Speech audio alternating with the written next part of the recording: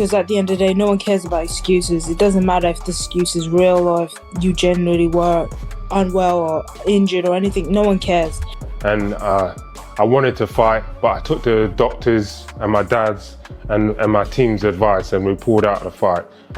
It's harsh. It is. Your voice just broke when you said that. Yeah, it is harsh, but it's not untrue. It's a real difficult one because I'll never want to disrespect someone that steps in the ring and has a fight and puts themselves in harm's way. And you have a right to be able to kind of look after yourself and protect yourself, especially now with Daniel. I think he's a dad now as well, so there's more consideration there. But the boxing community as a whole, they want you to live by the sword and die by the sword and go out on the shield kind of thing. And if you deviate from that in the slightest, they are quick on you and just, like you say, call you. Daniel's not feeling well, so I went up. That's the first time I discovered that the boxer was not well. And then lo and behold, the doctors were called. Two independent doctors came and read their findings to us, and that it actually was officially signed. Both of them prepared long and hard for it. So when I heard that Daniel Dubois ill, immediately I think he's not fighting. So there was a statement that went out saying he was with doctors, he'd be assessed, and then a further statement or something would be made. I knew there and then when I hear of. He's a big fight. He's trained very hard. If you don't fight, you don't get paid. You imagine the cost involved in a training camp. Booking places to set the camp up, bringing the sparring partners in, the nutritionists, the chefs, trainers and everybody, and you don't get paid. It's a massive loss. You can't insure it, or if you do, it costs a fortune to insure, but very, very disappointing. If you're an opponent lining up for Fabio Wardley, you look at him and go, to make him quit, one, I don't know if it's possible, and two, if it is, it's going to be one hell of a challenge. With Daniel, you'll go into a fight with Daniel thinking, if I do some things right here, I've seen it not once, not twice, but 3, maybe even 4 times of him kind of tap out of the situation. So if that's in there, that's in there. You can get it. You can pull it out with someone. You just need to go about the right things to get it. So you're already giving your opponent a psychological advantage going into the fight, because whether you say, oh no, I'm over it now, or I'm past it, or I'm not going to do it, well, evidence suggests that actually the opposite. So yeah, it could be wrong. You realise the brutality of the sport. You realise how dangerous the sport is. You realise that no one really cares. They just care about a big fat knockout. And if it's Daniel lying on the floor, incapacitated, or his opponent. Daniel Dubois just pulled out at the last second, and the boxing world is absolutely destroying him for it. But wait until you hear what his own sister said about him. The sauce is good. The sauce is good. And so when I'm hearing these things, I'm like, nah. And so it's popping out left, right, and centre. The sauce is good. And so to me, I just shook my head. And when I'd heard. Frank Warren is talking about complete financial chaos. Entire training camps collapsed overnight. Months of preparation down the drain. And here's the kicker. This isn't Dubois' first time doing this. The people direct and then make a decision if he's out. Okay. When did you first learn about this, Frank? Very late this afternoon. Okay, so it's been a stressful day. To say the least. For the fighters as well. It's a shame for the fighters, for everybody involved. TV companies, and more importantly for the fans. Riyadh season, His Excellency, everybody involved in this. We're all gutted, but what can you do? The Joseph Parker fights. Same pattern, same last-minute drama. Critics are now saying this is who Dubois really is when the pressure gets real. A fighter who crumbles when it matters most. Daniel Dubois, he just can't really get right. He has no real skill. Pretty durable chin. Hardest kind of question. But here's where it gets brutal. Fabio Wardley just went on record saying he knows exactly how to break Dubois mentally. He's basically promising to turn this into a psychological war. He's a big fight. He's trained very hard. If you don't fight, you don't get paid. You imagine the cost involved in a training camp. Booking places to set the camp up, bringing the sparring partners in, the nutritionists, the chefs, trainers and everybody, and you don't get paid. It's a massive loss. You can't insure it, or if you do, it costs a fortune to insure. But very, very disappointing. Wardley's not just talking trash either. He studied Dubois in sparring sessions, watched him absorb punishment instead of defending smart, and now he's ready to expose those weaknesses on the biggest stage. He shouldn't be doing that, right? There he goes again. Now again, I'm no doctor, I don't know, but it does seem like that's a bit of an... Now listen to this part. Dubois' own sister, Caroline, just torched him publicly. His own family is calling out his excuses.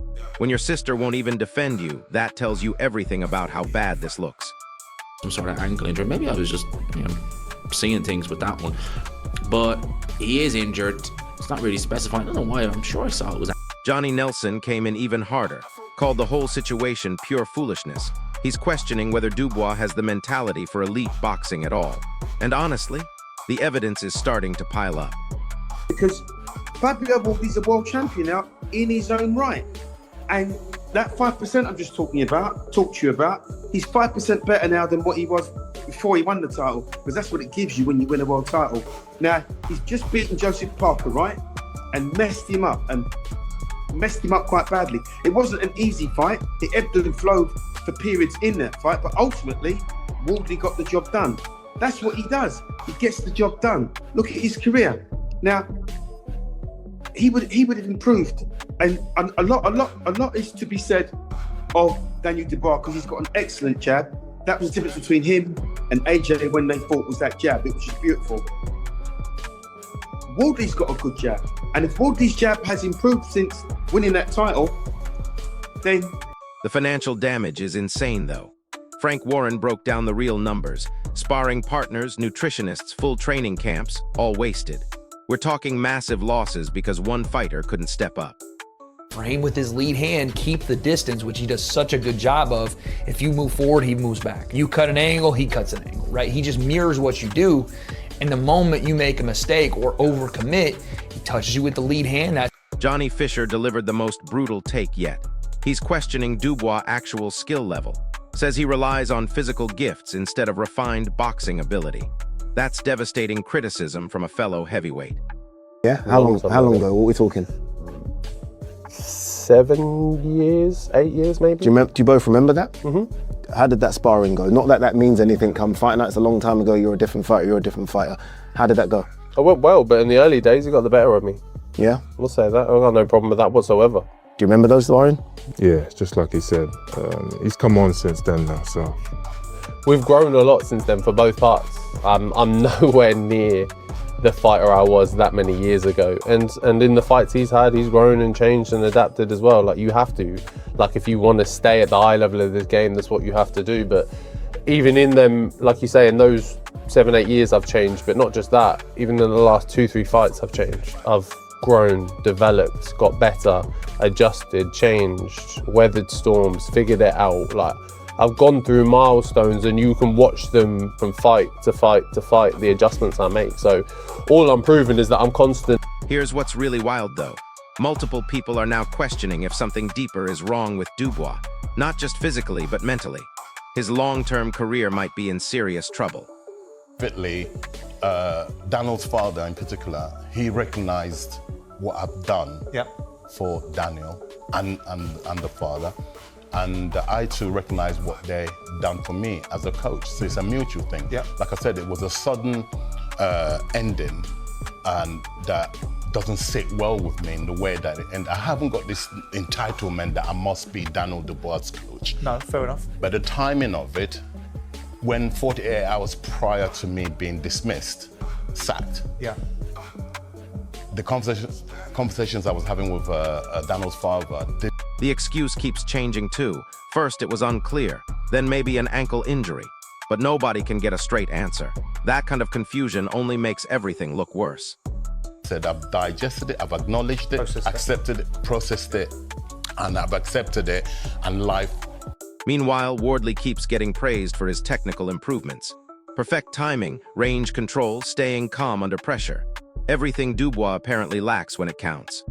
Got to examine him, give him some medication, but the medication he gave him obviously had to be checked. So there you have it. One fighter building his reputation while another destroys his own. This isn't just about a cancelled fight. It's about who has the mentality to compete at the highest level. Do you think Dubois can ever recover from this pattern of pullouts, or is his elite boxing career basically over? Drop your thoughts in the comments, smash that like button if this breakdown opened your eyes, and subscribe because the heavyweight division drama is just getting started. So there you have it. One fighter building his reputation while another destroys his own. This isn't just about a canceled fight, it's about who has the mentality to compete at the highest level. Do you think Dubois can ever recover from this pattern of pullouts, or is his elite boxing career basically over? Drop your thoughts in the comments, smash that like button if this breakdown opened your eyes, and subscribe because the heavyweight division drama is just getting started. But hold up, because this story gets even crazier. Eddie Hearn just dropped a bombshell that changes everything. He's revealing what really happened behind closed doors during those final 48 hours. And trust me, it's not what anyone expected. Hearn says Dubois was actually cleared by medical staff. The doctors gave him the green light. His team was ready. The venue was set. But then something shifted in those final hours that had nothing to do with physical injuries. This is where it gets psychological. Sources close to the camp are whispering about panic attacks, cold sweats during final preparations.